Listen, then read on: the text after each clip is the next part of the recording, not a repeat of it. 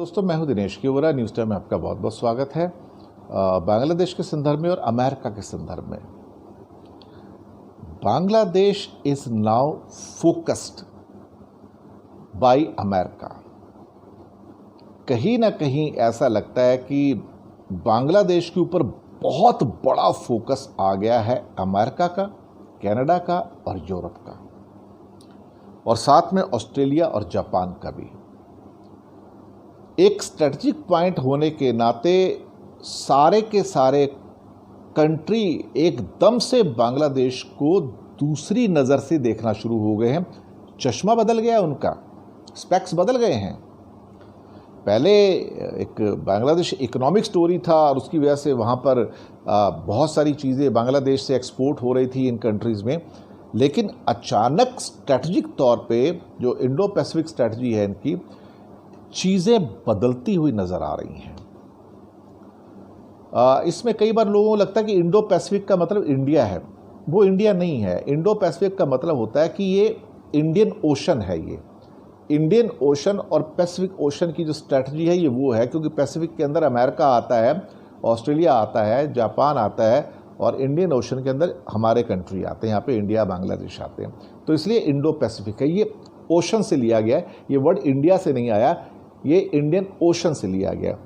Incidentally दुनिया में एक ही ओशन है जो एक कंट्री के नाम पे जो है, महासागर जो होते हैं वो एक ही महासागर है जो कि इंडिया के नाम से, वो इंडियन ओशन।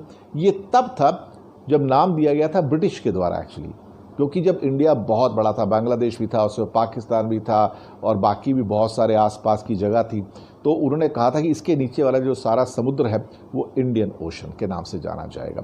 तो तब से नाम चेंज हुआ ही नहीं, नाम वही चल रहा है। और एक बार को नाम पड़ जाए तो फिर वो बदलता नहीं बिल्कुल भी।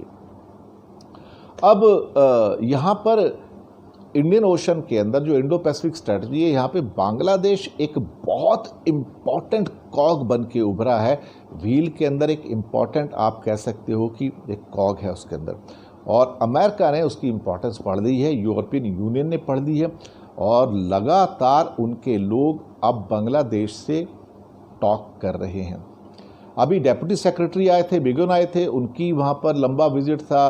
उन्होंने प्राइम मिनिस्टर शेख हसीना से बात की थी।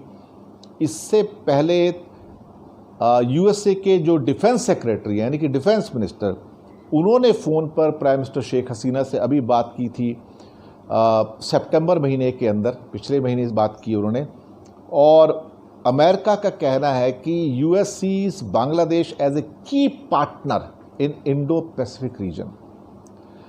एक्चुअली ये सारी की सारी कहानी जो है चाइना से ही स्टार्ट होती है, क्योंकि चाइना ने जो अपना एंगेजमेंट है वो बढ़ा दिया है, और कहीं ना कहीं बेल्ट एंड रोड इनिशिएटिव भी है, और अमेरिका कहीं भी अपना प्रभाव कम होता हुआ देख नहीं सकता है। देखिए, इस दुनिया में हमें एक बात पहचानने की ज़रूरत है कि ग्रुप्स तो बनते ही हैं, कंट्री में ग्रुप्स भी बनते हैं, सब कुछ होता है। कहीं ना कहीं आप ये भी देख सकते हैं उसके अंदर कि ढाका के अंदर जो वॉशिंगटन का इंटरेस्ट है, वो सिर्फ वॉशिंगटन का इंटरेस्ट नहीं, पूरे के पूरे नेटो कंट्रीज़ का, जो कि पूरे यूरोप के कंट्रीज है, सबका इंटरेस्ट है उसके अंदर।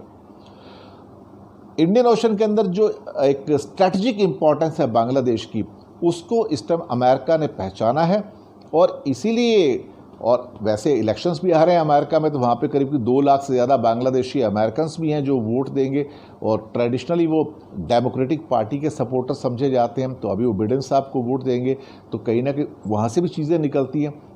वो तो चलो छोटा मुद्दा है, लेकिन अचानक से Bangladesh has become a hot spot, not just in business, in strategic form also. बहुत बड़ा हॉटस्पॉट बन गया है इस टाइम साउथ एशिया के अंदर, और अमेरिका और बाकी कंट्रीज़ की नज़र है, जापान की नज़र है, ख़ास तौर से ऑस्ट्रेलिया की नज़र है। और ये ऑफ लेट जितनी जो लगातार जो बातचीत हो रही है अमेरिका और नेटो कंट्रीज़ के द्वारा बांग्लादेश के बारे में, और वहाँ उनके विजिट्स भी हो रहे हैं, वो इस बात को बताता है कि अब जो वॉशिंगटन की जो पूरी पिक्चर है, उस पिक्चर के अंदर बांग्लादेश एक अहम हिस्सा बन गया है। यूएस ने अभी ये कहा है कि अमेरिका चाहता है कि साउथ एशियन कंट्री के साथ उसका एक बहुत स्ट्रॉन्ग पार्टनरशिप हो और उसके अंदर इंडिया भी है और बांग्लादेश दोनों के दोनों हैं। हो सकता है कि ये जो बीजिंग का यानी कि चाइना का जो ग्रोइंग प्रेजेंस है उसकी वजह से सारे चेंजेस आ रहे हैं, लेकिन दुनिया में चेंजेस ऐसे ही आते हैं। कहीं ना कहीं कभी थ्रेट परसेप्शन होता है, कभी अपने आप को नंबर 1 दिखाना होता है, लेकिन शायद अमेरिका का बढ़ता हुआ प्रभाव और अमेरिका शायद इस मामले में मुझे कोई हैरानी नहीं होगी अगर वो बांग्लादेश को कुछ और फैसिलिटीज़ ट्रेड के अंदर, ड्यूटीज़ के अंदर दे देगा, क्योंकि अल्टीमेटली जो मेजर बेनिफिट सारे के सारे आ रहे हैं बांग्लादेश के पास एक्सपोर्ट के, वो यूरोपियन यूनियन से ही आते हैं या अमेरिका से ही आते हैं, जो उनके सबसे बड़े जहाँ पे एक्सपोर्ट की मार्केट्स हैं। वैसे बांग्लादेश के चाइना से रिलेशन अच्छे हैं, चाइना काफ़ी मनी वहाँ पर इन्वेस्ट भी कर रहा है, लेकिन मुझे लगता है कि आने वाले टाइम में हो सकता है अमेरिकन और यूरोपियन फर्म्स भी वहाँ पर इन्वेस्ट करेंगी इसको देखते हुए, क्योंकि Bangladesh is now A hot spot of Indo Pacific strategy for America. और जो अमेरिका करता है वही यूरोप करता है, उससे कोई अलग तो कुछ होता नहीं। जापान भी ऑलमोस्ट वही करता है, ऑस्ट्रेलिया भी वही करता है, न्यूजीलैंड वही करता है, कोरिया भी वही करता है। तो ये एक देखा जाए तो इंडो पैसिफिक के अंदर ताइवान, कोरिया, इंडोनेशिया, थाईलैंड, साथ में जापान, ये सारा का सारा जो एरिया है, यहाँ से अमेरिका जो है ये चाइना के इन्फ्लुएंस को कम करने की कोशिश कर रहा है, क्योंकि चाइना सी में जो सारे कंट्री दुखी हैं चाइना से, और कहीं ना कहीं चाइना हर जगह जाके क्लेम करता रहता है, तो हो सकता है वो उसका बाद में जाके कहीं ना कहीं अनडूइंग भी हो जाए। लेकिन दुनिया के अंदर डिप्लोमेटिक रिलेशंस चेंज हो रहे हैं, ग्रुपिंग चेंज हो रहा है। अब उसके अंदर पूरी पिक्चर के अंदर बांग्लादेश एक बहुत स्ट्रॉन्ग तस्वीर लेकर उभर रहा है और उसके ऊपर पूरी नज़र है तो बहुत सारे कंट्रीज़ की कि इसको कैसे डील किया जाए।